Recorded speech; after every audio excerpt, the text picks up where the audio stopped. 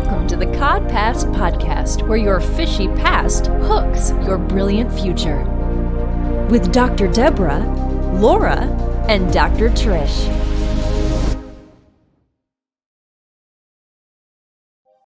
Okay, we are recording. We are here.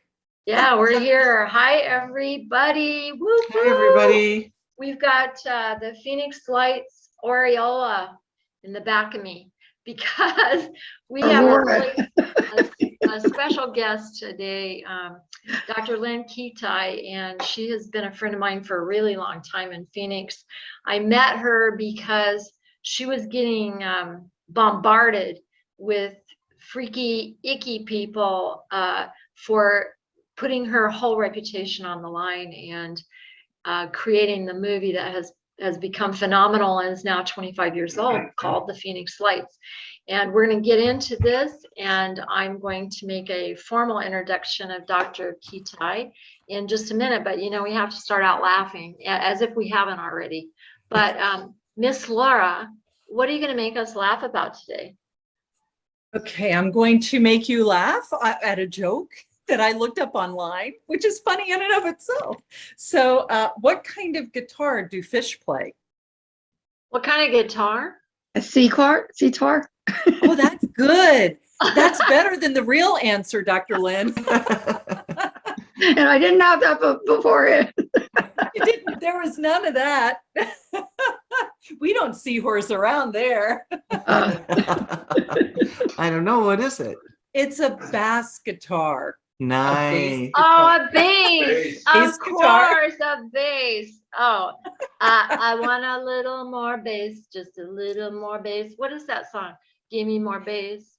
I think we were talking about this earlier. It's all about the bass. It's all about the bass. It's all about the bass. Yeah, exactly. Not the treble. Not true. And then Dr. Lynn gave us a really good joke. And so I'm going to read it for you, and I'm going to put it up to the screen, but then I'll read it for you. It's really funny. Anyways, it'll kind of set the tone for what we're talking about. And this is from Dr. Lynn. So I'm going to get it up here. And it says, "Then they hauled me into a strange vessel and removed the hook and took photographs and measurements. And then I blacked out. When I awoke, I was back in the lake and they were gone." And the other two fish says, "Yeah, right."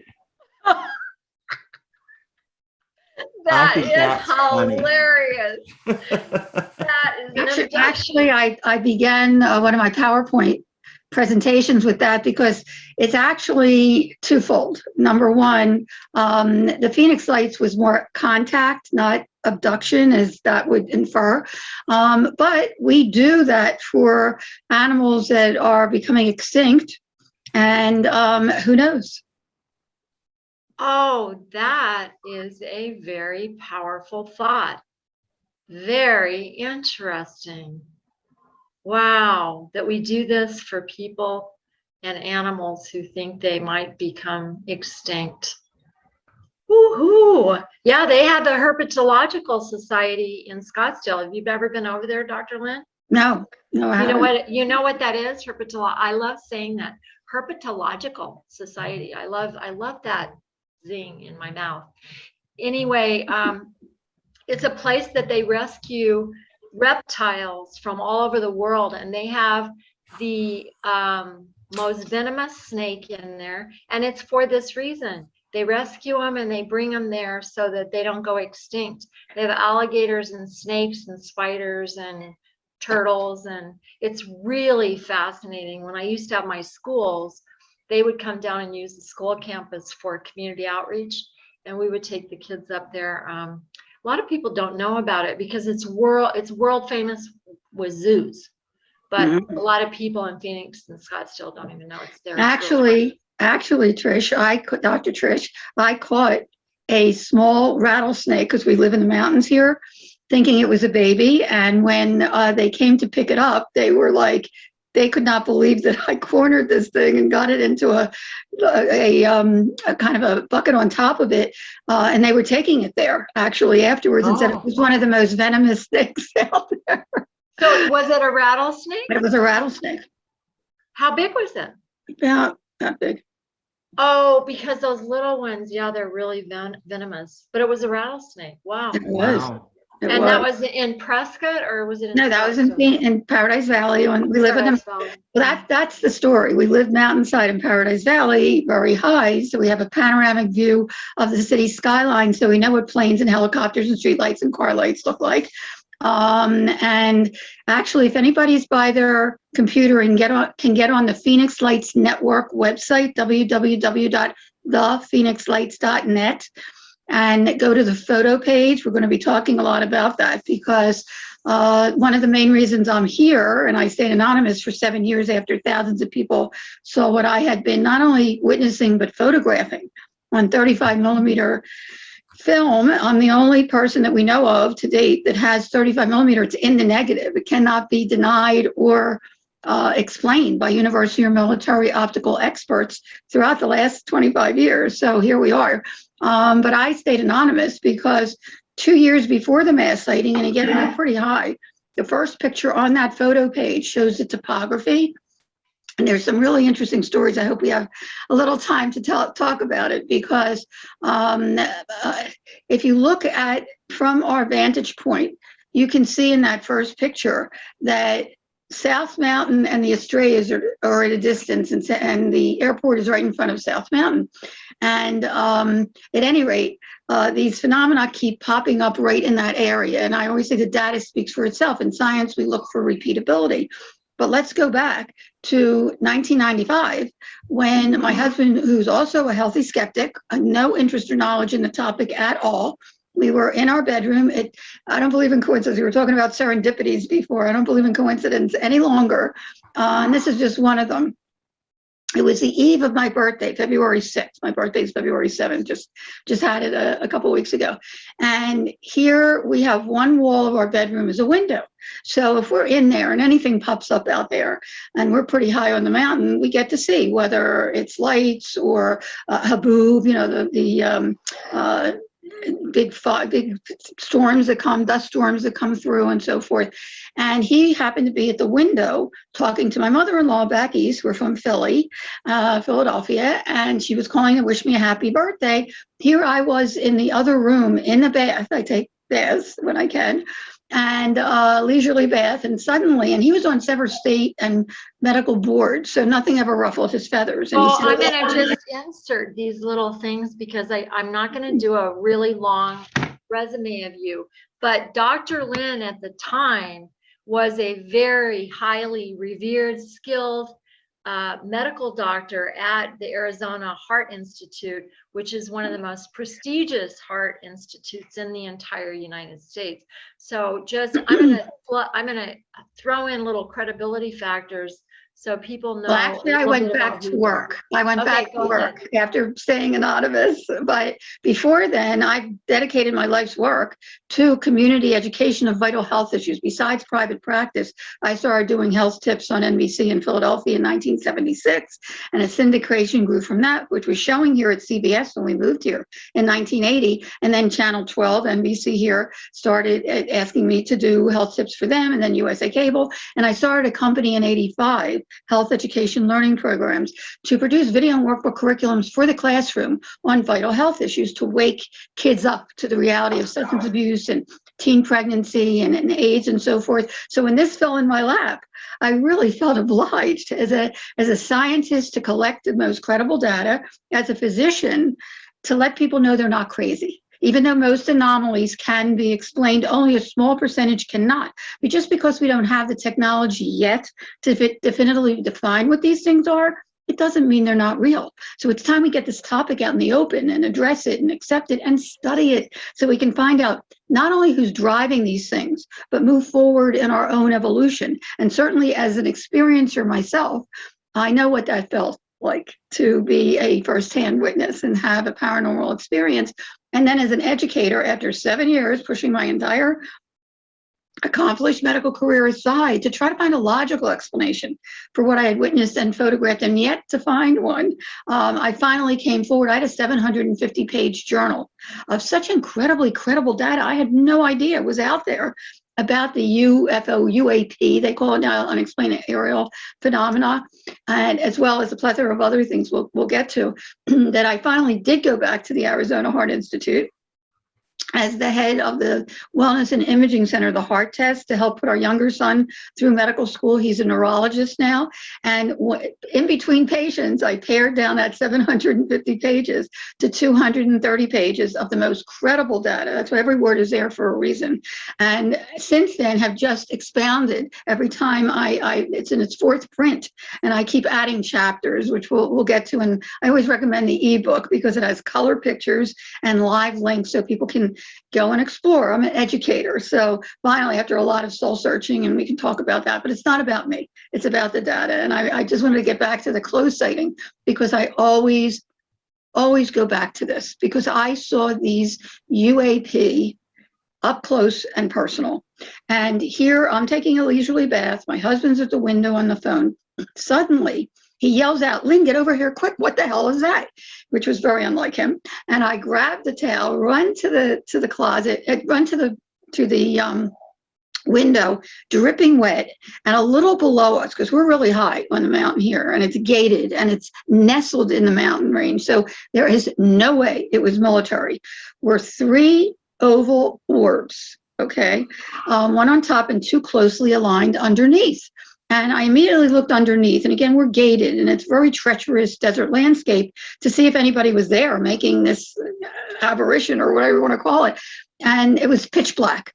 And I thought to myself, if I don't get a picture of this, well, first of all, I tried to take everything in. Let me get that first, because my first thought was to get my video camera, but it was downstairs. So I tried to take in the size, the shape, the color. They were about 3 to 6 feet each, depending on how close they were.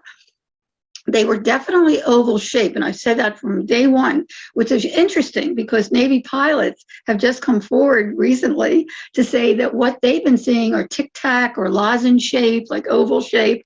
I call them an orb because the light did not extend outside the edge. It was self-contained, and it was a uniform amber color throughout. Didn't glare at all. Every other light out there glares. Street lights, car lights. In fact, the first picture on the photo page on the Phoenix Lights Network website, I took purposely because there's a car on the road on the left bottom, and you can see how the lights reflect onto the road. Mm-hmm. Very unlike the true unknowns. Also, there's a stream of skylights on a house down the street that coordinate with where South Mountain and the Estrellas intersect. And we're going to get back to that because that's where these things keep popping. And what do the Estrellas mean? Say? The word. Yes. Estrella. I'm sorry? The Estrella Mountain. Wait a minute, we'll get to that. But at any rate, here I run to the closet because I said to my husband, nobody's going to believe this if I don't get a picture of this. And he calls me back. He says, because I keep a camera handy for sunsets, I collect sunsets. And he says, get over here quick. One of them is disappearing. And again, I always go back to this sighting because I saw this right in front of our face, right outside, literally and figuratively, right outside our bedroom window. The top orb, without budging, started to shrink very, very slowly, like a dimmer switch almost, as if it was cloaking, okay, mechanically, as if there was an intelligence behind it. And I quickly got out on the balcony. There's a sliding glass door perpendicular to that big window. I ran out there, got a quick picture of the 2 bottom orbs, that's on the website photo page, and immediately noticed an eerie silence, as if time had stopped. It was just bizarre.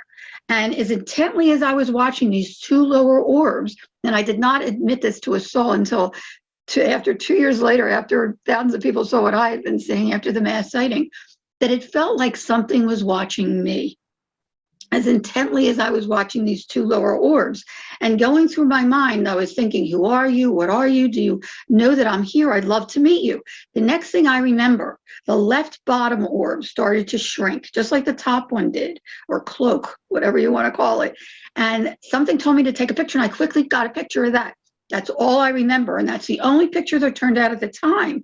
But if you look at that picture, it's really incredible because I happened to catch one of the left bottom orb half disappeared and one's still there. But I didn't even know who to show it to. I knew nothing about the topic. I just wondered for 2 years what this advanced technology was. And lo and behold, and this is really important data. There's so much mis and disinformation out there, and the Phoenix Lights has become the most witnessed, most documented, most important mass anomalous aerial sighting in modern history, if not all of history. And this is really important data because this is before the mass sighting. It wasn't only about March 13th, 1997. 2 months before the mass sighting, these lights came back at a distance. I won't get into the whole story, but I actually captured, because it was so unusual that this thing popped up, that I actually captured head on over a mile wide formation of these orbs in an equidistant line head on. And the first picture is wavy because I was shaking, because I not having an explanation for the orbs two years before, it was like, oh my goodness, what is this, a mothership or a fleet?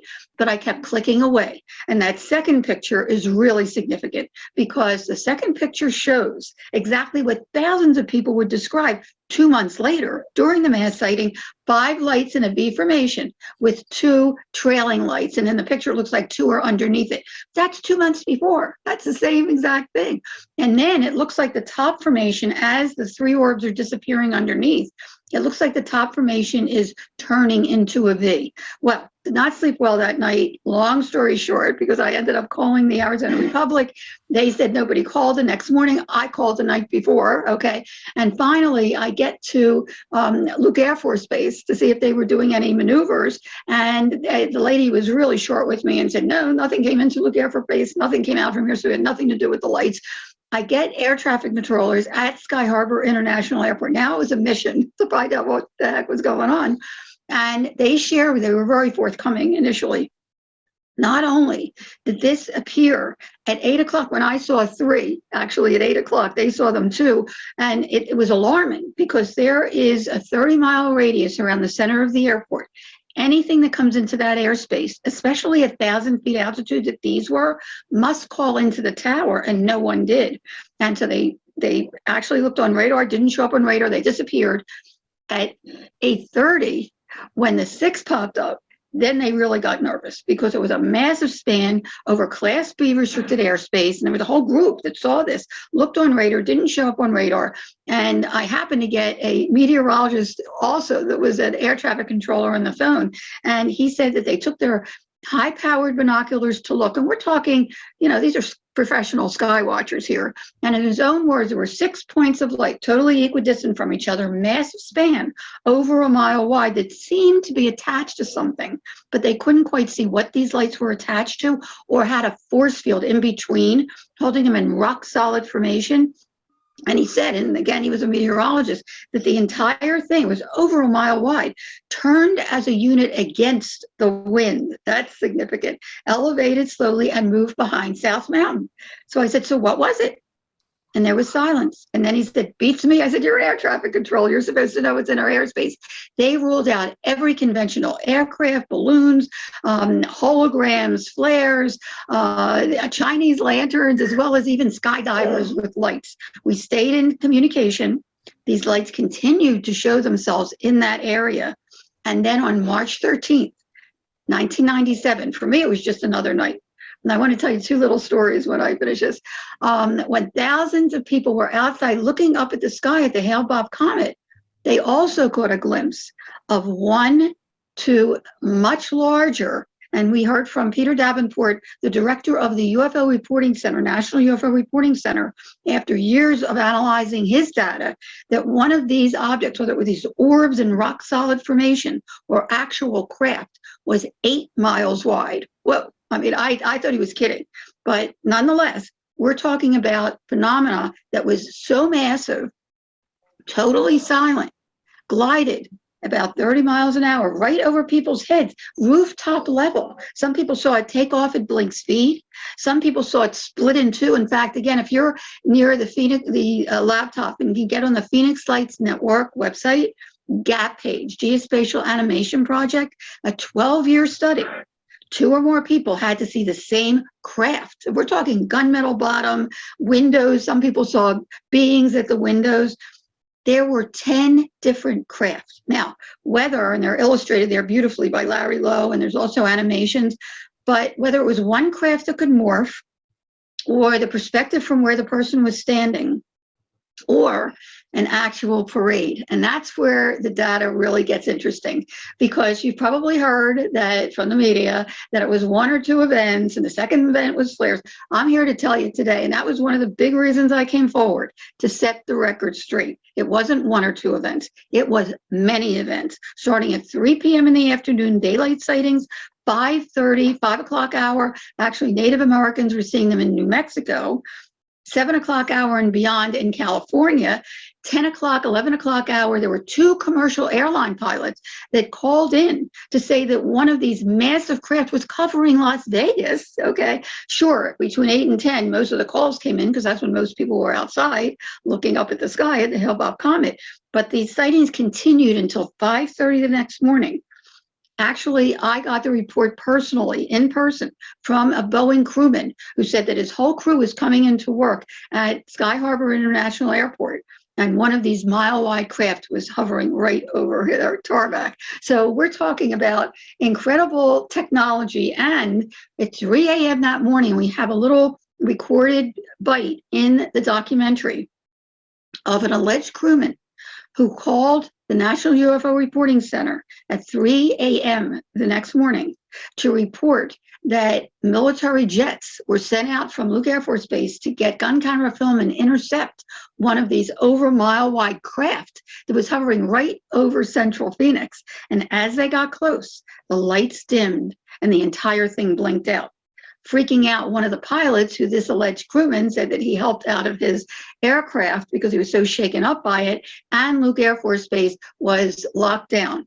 Now, so obviously they knew that something was going on. There is so much more to this story, but if I can share a couple of little tidbits that are kind of coincidences. Do we have time Absolutely. for it? Okay, because the story gets even better as it unfolds, but just to back up a little bit, 6 months before the mass sighting, and this will address what you were starting to say, Trish, Dr. Trish. 6 months before the mass sighting, I was invited to present my substance abuse prevention education program at the Gila, G-I-L-A, Gila Bend Indian Reservation. They had one school. And their very sacred ground is in between South Mountain and the Estrella Mountains, a few miles back in the basin in between. And, they don't talk to outsiders, but I helped out the principal. And after the mass sighting 6 months later, I noticed, looking at the data speaks for itself. And again, it's in 35 millimeters, so they're in the negative. They can't be manipulated or anything. I noticed that these phenomena kept popping up in that area. So I called up the principal and I said, did anybody happen to see strange lights on March 13th? And he started to giggle.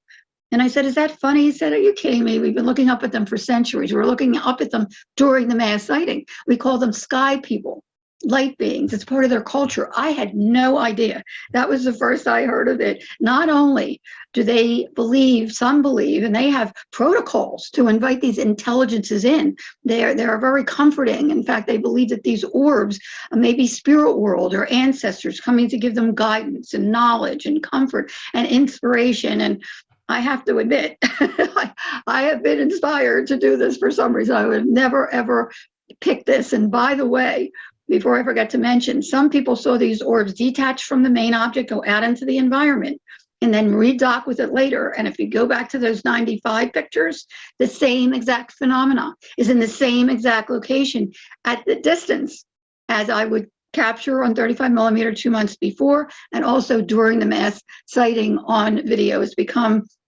a signature video of the 3 endpoints of a giant V or triangle. But just to finish his thought, he says to me, by the way, that's how the Estrellas got its name. It means star in Spanish, gateway to the stars. And they also believe that there is a gateway or a portal in that area. And again, to me, it's speculation. But if you look at the data, in science, we look for repeatability. These phenomena from our vantage point keep popping up in that area. Another little coincidence. A couple weeks before the mass sighting, it was getting a little ridiculous. And my husband was getting very annoyed with me because every time I saw these lights pop up, I would run outside and we might be in a heated conversation or whatever. And I'd say, hold that thought, whatever it was, the science, I just had to document it on film. And thank goodness I did. But the point was that he was getting a little annoyed. So I thought, you know what? I've got to show this to somebody and find out what the heck it was. I mean, he would say, you know, they're just lights on the mountain. Somebody has a fire on the mountain or whatever. So this is how close I was, guys. A friend of a friend had a neighbor who had a friend who knew the past president of MUFON, Mutual UFO Network. So I called him up. I said, look, I've been seeing these lights at a distance that are really unusual. And he hadn't heard about it, but there were other people besides myself who not only were witnessing them, but photographing them. In fact, one of them, Steve Blonder, called MUFON, Mutual UFO Network, up to his balcony and the night of March 13th. And they actually not only saw exactly what everybody else was seeing, but they videotaped a V of like 5 lights. Those lights are attached to something. Again, all you need to do is really look at the data. But anyway, I said, besides these lights, I have a picture from 95. It was the only one that turned out at the time, a closed sighting. And I'd like to find out what it was. I'm a healthy skeptic. I got to see it to believe it and, you know, explain it to me. Okay. He refers me to a field investigator from MUFON, which I had never heard of at the time, Mutual UFO Network, for the following Wednesday, who calls me on Tuesday to say that the then state director wanted to be there for the meeting, but his mom had passed on Saturday. The funeral was Wednesday morning. Could we postpone? And I said, well, I am so busy for another 2-3 weeks, but I have a little window at 10 a.m. on Friday morning. He said, fine. I knock on his door. He opens the door. He looks at me. He said, did you see the mass sighting last night? And I said, well, I saw something similar to what I told you I saw 2 months ago. In fact, I just got off the phone with the air traffic controllers who I've been communicating with, who said that it was the same exact phenomena over the same exact Class B restricted airspace, about 1,000 feet altitude. And in fact, a couple of pilots, one on departures, called in to say, what the hell are these lights over me? And another, who was a private pilot on approach, called in to say that he was seeing this V of 6 lights. And, you know, and I thought, wow, that's really credible, right? And I said, you know, well, we will stay in touch. And we had a briefing. It's in the book and so forth. But he says to me, well, NBC was coming to interview him in a half an hour. And I said, whoa. I said, look, this is not about me. It's never been about me. It's about the data. I said, but, you know, I did health reporting in the early 80s at NBC here in Phoenix. Somebody might recognize me. I don't know what we're dealing with, a hoax or military or whatever. I said, but again, it's not about me. Take a copy of the video that I took last night, share it with whoever, I'm out of here. And I left. And that afternoon, I was sitting in front of my TV with a VCR, okay, and waiting for the news to start. And at 4 o'clock, you know how they do breaking news now? Well, every news station was showing my footage, which was really exciting. I mean, I just wanted people to see what we saw. By the 9 o'clock news, there were a couple other videos that came out. Not only the Arrowhead, mine and the Arrowhead were shot before 10 o'clock, but then there were a couple of boomerangs, huge boomerangs that were shot after 10 o'clock, which becomes significant in the whole story. Anyway, I was flabbergasted that thousands of people now saw what I saw. And it wasn't until the following Tuesday when I see because it was a big buzz here, see my video on the news again, that they're interviewing a fella who had a huge computer lab right near Arizona State University, Jim Delatoso, where he also studied for a couple decades different UAP, unexplained aerial phenomena, similar to what my husband and I saw, the triangle of 3 orbs, from all over the world. And he was showing pictures from Russia and UK and Belgium. I mean, it's amazing how, when you really look at the data, this has been going on since human documentation began. And other countries are much more open to these unexplained aerial phenomena as being otherworldly. In any case, that really took me aback. And at that point, I wanted to find out what was going on. And I pushed my whole medical career aside, and I kept an intricate journal every single day of media reports, of witness accounts, which are very interesting, how the story unfolded, how the military reacted. And that was what was so interesting. And I'm sorry I'm going off here. I just wanted to get in a little bit of the highlights, and I'll be done in a minute or two, because there was no investigation, no explanation at all, which was like uncanny. I mean, this is like rooftop level. Some people said they could have thrown a rock at these craft. They were so low, and yet there's nothing. And anyway, for months, there was nothing. In May, our former vice mayor, councilwoman, Phoenix Vice Mayor Councilwoman Frances Barwood, innocently, she didn't see it, but so many of her constituents were asking her why there wasn't an investigation, asked for one, and she was plastered by the media. In 97, the ridicule and the snickering and the discrediting was just rampant. I was so happy to stay anonymous, and I really did. Only a handful or so people knew, because I went to University of Arizona and Brooks Institute of Photographer and to the military and others to have my data analyzed. I wanted to find out what it was, but I kept anonymous. And here, as the story unfolds, more and more people started to come out, or were hesitant to, because of the ridicule, until June 18th, front page USA Today article. And people don't know this, because here in Arizona, it really didn't get out much from Arizona. They really kept a lid on it until then, because this opened it up. I mean, front page USA Today article, for the first time, people worldwide were learning about our incredible mass UFO sighting. And it went viral. We didn't have social media then, but overnight it was on every morning show, every national morning show, Peter Jennings, Dan Rather, you name it. And we were deluged by media from all over the world. And once they started talking to the witnesses, their stories were so detailed and so heartfelt that they too were asking, why isn't there an investigation?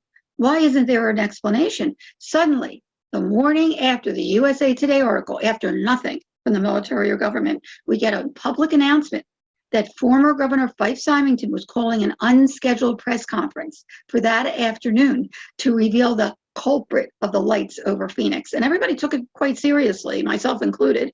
He comes marching out, one of his aides, with a giant alien head costume, and made a mockery of the whole thing, which was really, really disconcerting, especially for parents who were with children. When they saw these massive formations of lights or craft that were 2-3 walls wide, and he's making a joke out of it. Well, for me, it wasn't a joke, even though that did put a lid on it, okay?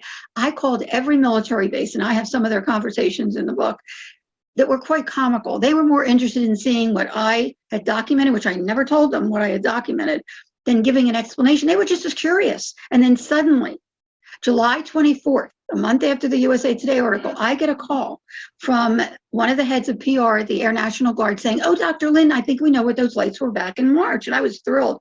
She says, do you believe in all this time, nobody ever looked at the log for visiting Air National Guard, and the Maryland Air National Guard was in town sending off military illumination flares in Operation Snowbird, which here a lot of people think snowbirds means people coming from all over the country.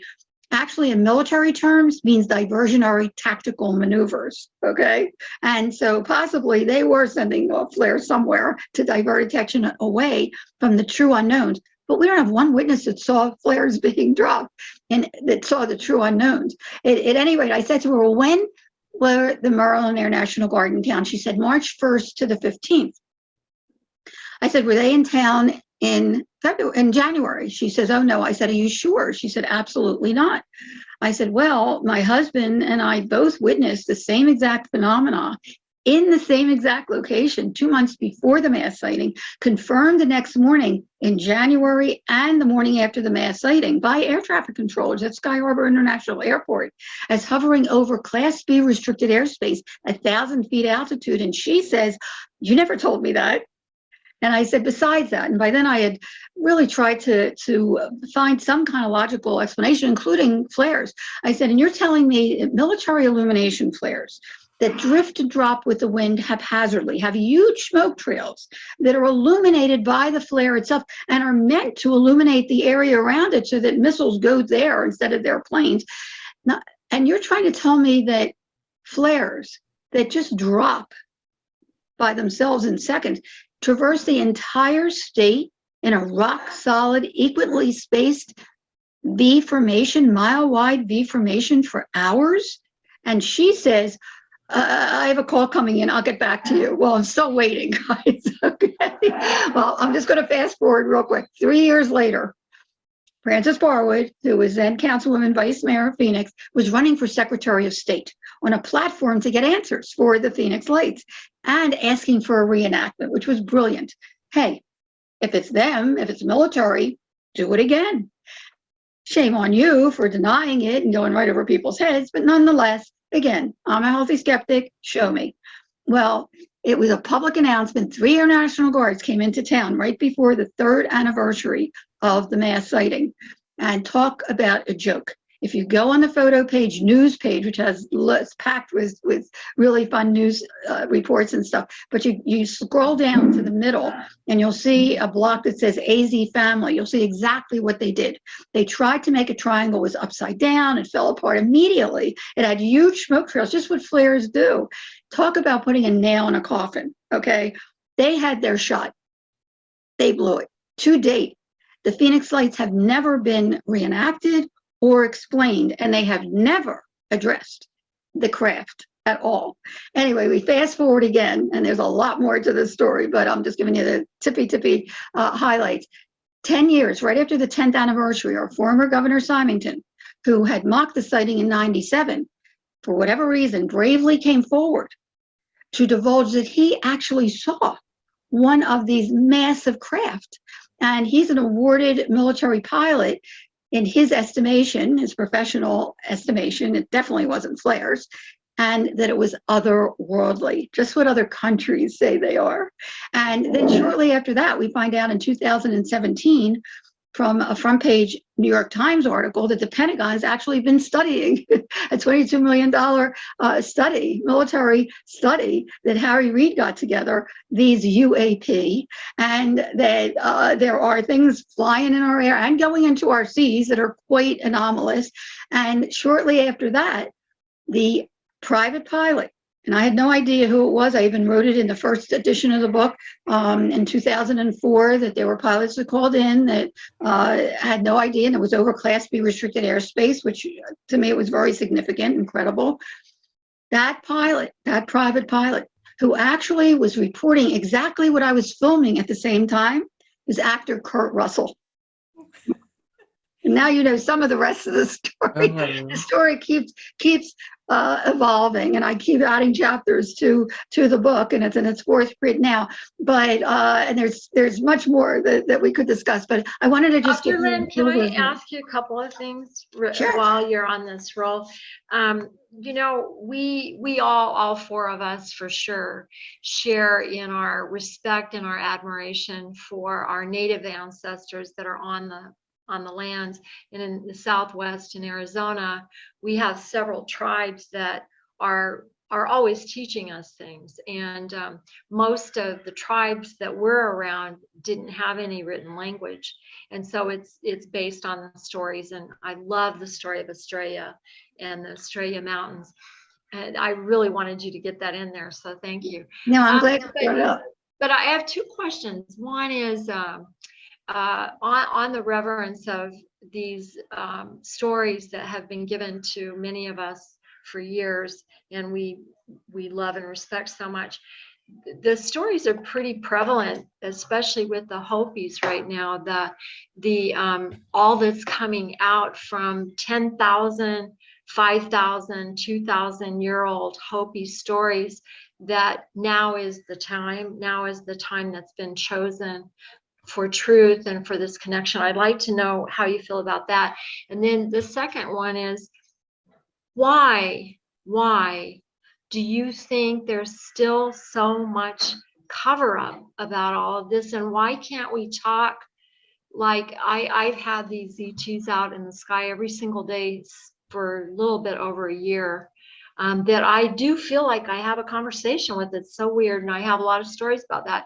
But why can't we just talk about this like, hey, Laura, my aunt just called? You know, I mean, why do we have to be so covered up and have special podcasts to talk about something that happened 25 years ago? So would you talk about those 2 aspects? Because at the end of the hour, we're going to go over to Clubhouse, where we have a chance for people to ask all kinds of questions. And I just am fascinated by you, have always been.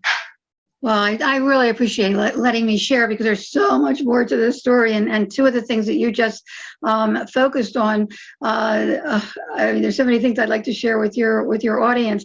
First of all, it's really important to acknowledge, and hope we have protocols to invite these intelligences in, because they welcome them. They're which is amazing that they, if we really look at the indigenous cultures worldwide, they've always accepted the fact that there are other intelligences. And people ask me, well, what were the Phoenix like? I don't know what they were, but I know that they were. And again, it's time we get this out in the open, whether it was interdimensional, interstellar, and I feel that a lot of it was interdimensional, by the way. Obviously, it was right in front of me and it cloaked right in front of me. But interdimensional, interstellar, in time travelers, even if they're here, if they've been here, and that's another point that might be true, because we're seeing a lot of these submersibles, they call them, submersible UFOs, come out of the ocean and going back into the ocean, and we have a large amount of our world is ocean. So who knows if they've been there for centuries or millennia. But at any rate, to take a step back, one of the most important things, and you kind of alluded to it, is how the Phoenix Lights affected people. That's really important. And we are getting more open. I mean, we've come a long way since '97 in being able to talk about this topic, and we still have a long way to go. But drip, drip, drip, we've been giving some information that has opened people's minds and raised awareness. And that was one of the reasons I had to come forward, just to get the data out there. People can decide for themselves. Everybody comes from a different background, from a different upbringing, from a different belief system, worldview. Some people can't deal with this topic. Some people don't want to, and that's okay. Everyone in their own time. But now the data is there, if people want to look and open their mind and open their heart. And one of the things that the Phoenix Lights did in real time and in long term is really important, because in real time, we are so inundated, and we address this in the documentary, with threat, and harm from movies and Hollywood and media. Dr. Gary Schwartz, who is the head of the consciousness department at the University of Arizona, makes a very poignant statement in the documentary that if you're inundated with the threat scenario, how do you think you're going to feel when something so massive and unusual is coming towards you? And that's what happened with children. The movie Independence Day was huge around that time. And children, who were usually, interestingly, the first to see this mile-wide bee coming towards them, were jumping up and down, Independence Day, Independence Day. But as it came closer, a calmness came over everyone, adults and children alike, a connectiveness to the phenomena, that after it passed, the kids wanted their parents to run after it or get in the car and chase it. It's amazing in real time how it changed people. There was not one, and this is important to note, in 25 years, there has not been one credible report of harm, threat, or abduction associated with the Phoenix Lights phenomenon. I can't speak for other things, but I can about the Phoenix Lights. If anything, it was just the opposite. People were in awe, just like you, Trish. I mean, just in awe and wonder and connecting to these things. And even in the book, I have 10 ways that one can connect if you choose. It is a choice.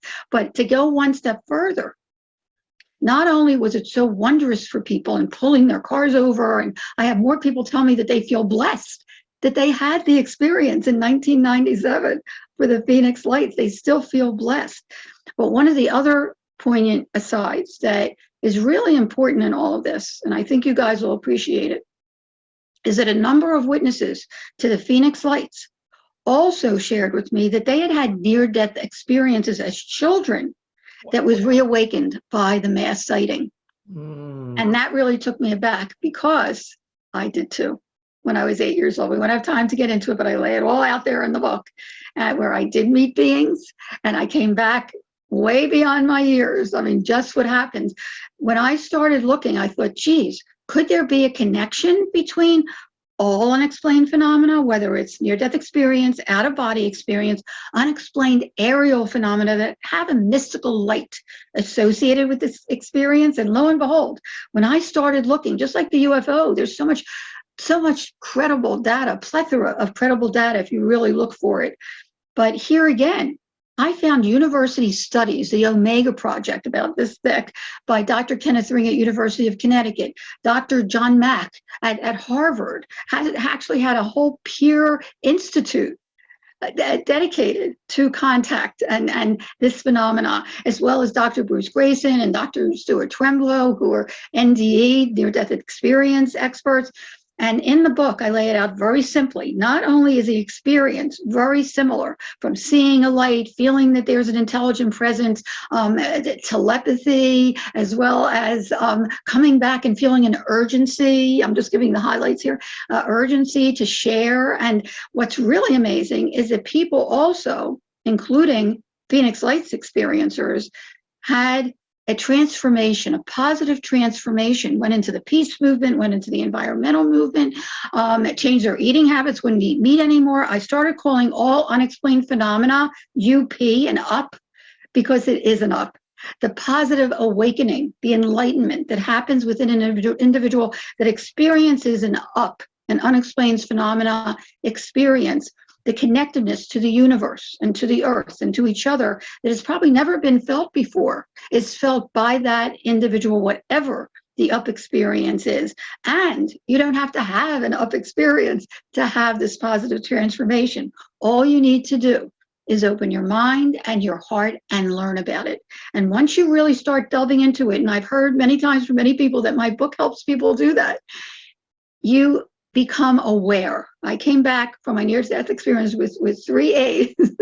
First of all, is awareness of what's around you and who you meet and opportunities that come before you, attitude, a positive and negative attitude. I've seen that in medicine. Negative attitudes, I've seen people get really, really ill because it feeds, and negative energies feed on that. Positive energies bring that positivity towards you, as well as appreciation.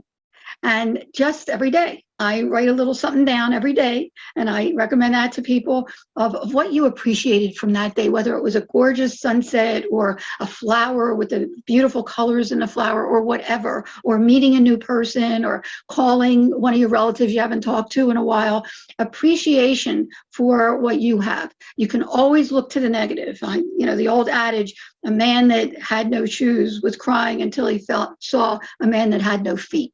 So that's what I brought back with me. So you also, if you haven't had an up experience and learn about it, you will start to recognize serendipities and see the connectiveness between all things. And that's another thing. People ask me all the time, do you believe in UFOs?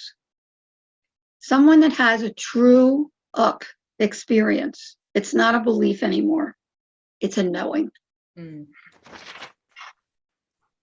I'm taking so many notes. Do you see why I love Dr. Lynne so much? I mean, she's so one of us, and she like all three of us, really threw everything into the ring of fire and said, I'm gonna know what I know, and I'm gonna say what I know. And if you're with me, great. And if you're not with me, great. But I'm gonna do what I have to do. And these two girls, I've known Laura for what, 16 years? Oh gosh, I don't know. Yeah, at least 9,000. Wow. And Deborah, it seems like I've known her 9,000 years. I've only known her 9 months, right, Deborah? But we have created such a dynamic partnership. And part of it is this thinking that you are, Lynne, Dr. Lynne, I'm sorry, that, you did all these accomplished things, and you've done such a beautiful job with your family and with the community around Phoenix and Scottsdale. I mean, you're one of those worker bees that just continues to do everything that you can to make the world a better place. And you had this phenomenal thing happen. And I remember I'm so proud to say, I think you can see the back of my head in Dr. Lynne's movie, The Phoenix Lights, at the very end. But my little story about that, I didn't see them. I was a working mom. I was working myself to death. I taught yoga at night, and I was a banker during the day. And I didn't know it was sun up or sundown most of the time. So I didn't know about the Phoenix Lights till it hit all the news. And I met Dr. Lynne after that. But what happened was I was very involved with a lot of people from hospice. And hospice is like the sweetest organization on the planet. Most of hospice is made up of volunteers, and they do incredible work at a time when people need it so bad. And so not only the people passing, but the people in the families need help. Well, all these little ladies from Hospice of Phoenix or Hospice of the Valley, or one of those, they were all my friends, or a bunch of them were. And they were on the back porch of one of my other friends who wasn't too far of a house from Dr. Lynn's, and they too were up on the mountain. And if you can imagine all these little ladies talking about their experience from the week and where are they gonna work and whose house are they gonna go to and what things do they have, and all of a sudden one of these triangles came right up like over their head, and they couldn't hear it. They just noticed that everything was blocked out above them, and then they could see the lights, and they said the same thing. It was as if the lights were alive because they didn't shine. They just sort of it was like alive lights, and they had told me about that story. And then of course Dr. Lynne and some of us were tied to each other, so she just brought all that together, where everything was so disjointed and everybody was saying everybody was crazy, but everybody was saying like, I'm not crazy, and these little ladies are like, but I really saw it. Well, not only that, there's so much mis and disinformation, and just to finish the thought, which I think you guys would also appreciate, and your audience, and remind me to tell you about Raising Arizona, okay, before, whether now or in the clubhouse. But people say, well, what was the Phoenix Lights all about? And I think you can attest to this, okay, that not only whoever's behind it, and I don't know who's behind it, but whoever is behind it wanted to let us know in a very gentle, non-threatening way that they are here with us. And not only that, but one person at a time, they're waking people up to not only the fact that we're not alone in the universe, and there's so much wondrous possibilities of the universe, but also the spiritual beings that we are. Each individual has so much potential to make this world a better world. And certainly you have tried to, Dr. Trish, with what you've done with schools and so forth, and you other guys. I mean, that is such a message that has really stuck with the people that have had the Phoenix Lights experience. So that doesn't happen with planes and helicopters and flares and so forth. So do I have a minute to talk about Raising Arizona? Yes, definitely. And Laura wants to ask you too about the 25th anniversary. Yeah. So after you do this. Well, if first of all, the 25th anniversary is coming up on March 13th, very, very soon, and which we're so excited about. I can't believe it's been 25 years. And every year I host a big event at the Scottsdale Hark and Shade Theater. This year is going to be the Sunday after, on March the 20th. Anybody that's interested, not only do we show our award-winning documentary on the big silver screen, which is so exciting, people that come as strangers and leave connected. There is something about this event. It's a mainstream event. It's not a UFO event, but there's something about this event that people are just curious, or they were witnesses. They're not UFO people. They're the mainstream audience that come and really connect while they're there. Not only after they see the movie, which they probably haven't heard. It's a gentle overview. The book is much more detailed, obviously, but it's a gentle overview. I don't want to freak people out, but I wanted to give them a smattering of the Phoenix Lights and how it affected people and so forth. But after the movie, then we have speakers, and we have incredible speakers from Navajo Rangers who actually had a big sighting the day before us that they talk about, but they're law enforcement that are taking this seriously. That's what it takes. It takes a governor to come forward, and a big actor that people adore, Kurt Russell, as well as Navajo Rangers who actually study these phenomena. There's a lot going on the Navajo Range, as well as other speakers. We have a radio personality that's from here, and we address witnesses. We have wonderful witnesses that come forward. Also, Jim Delatoso is going to be there, and Dr. Rebecca Hartcastle. She's in the documentary, and Frances Barwood, the councilwoman, is going to give us a little Zoom message, and we're so excited. Alice Cooper, our rock star, beloved rock star here, Alice Cooper, actually had a sighting very similar to the Phoenix Lights. And he shared that with me years ago. And he's going to be doing a little remote Q&A for us there as well. So it should be a really, really fun time. And like I said, we have speakers, and then we have the Q&A, and people open up. People don't want to leave. Scott So Harkins Shea Theater, where it's held, literally every year it's sold out. So I recommend people getting their tickets right away. Well, I came back from Costa Rica day before yesterday or Sunday night, whatever day this is.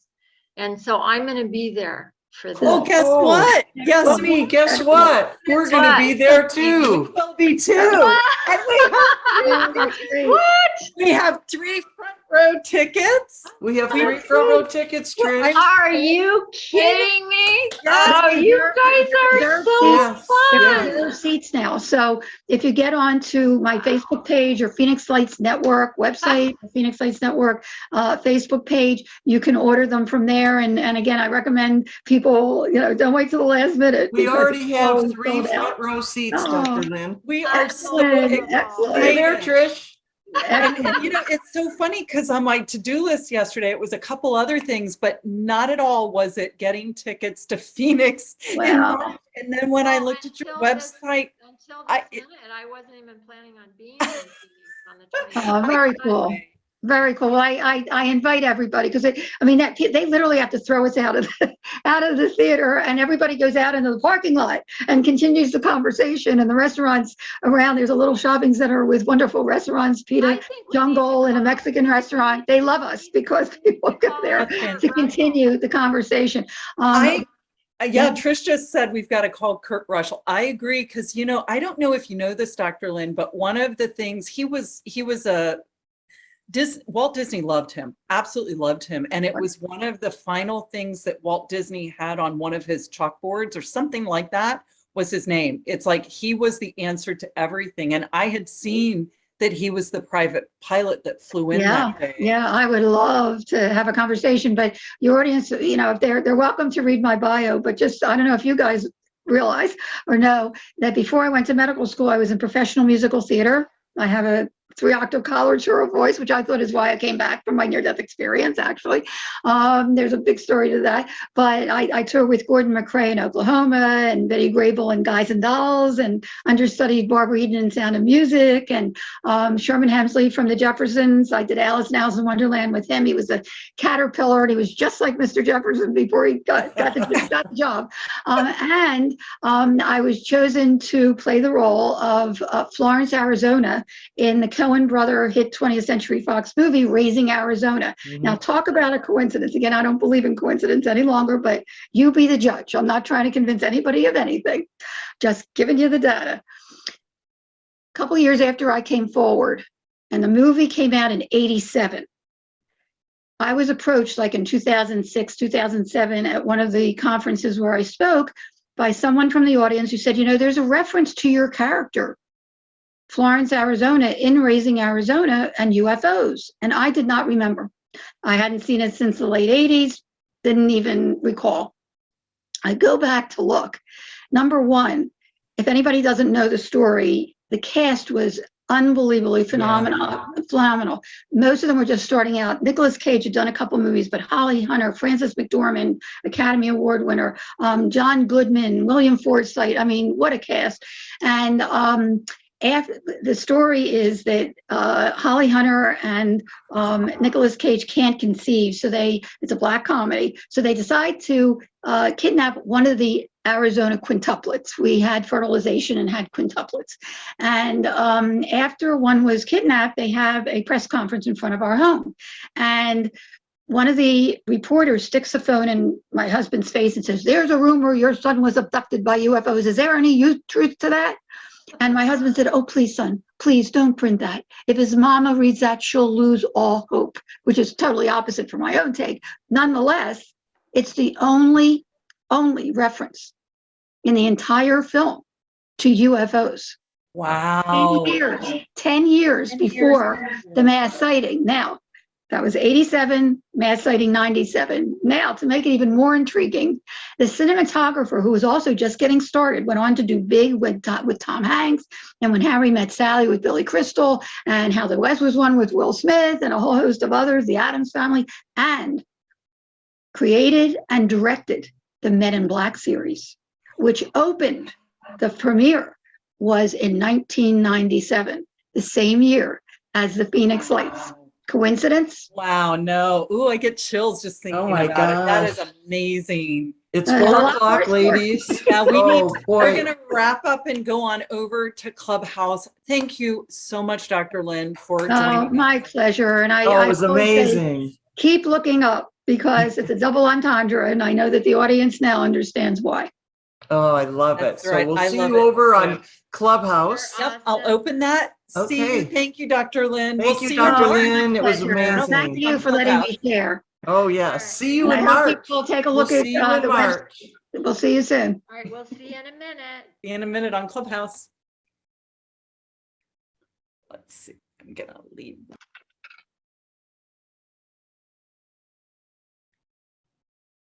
Hi, everybody on Facebook. What do I do now? Okay, now you hang up. You go over to your phone and you I am on my phone. CodPast. So you hang up this. This isn't, I have to hang it up, but then I can't hear you. No, you have to hang this up. You'll see us over at the other one. Nobody's watching now, right? No, I've got to turn off the recording, but what you're going to do is you're going to, yeah, that's right.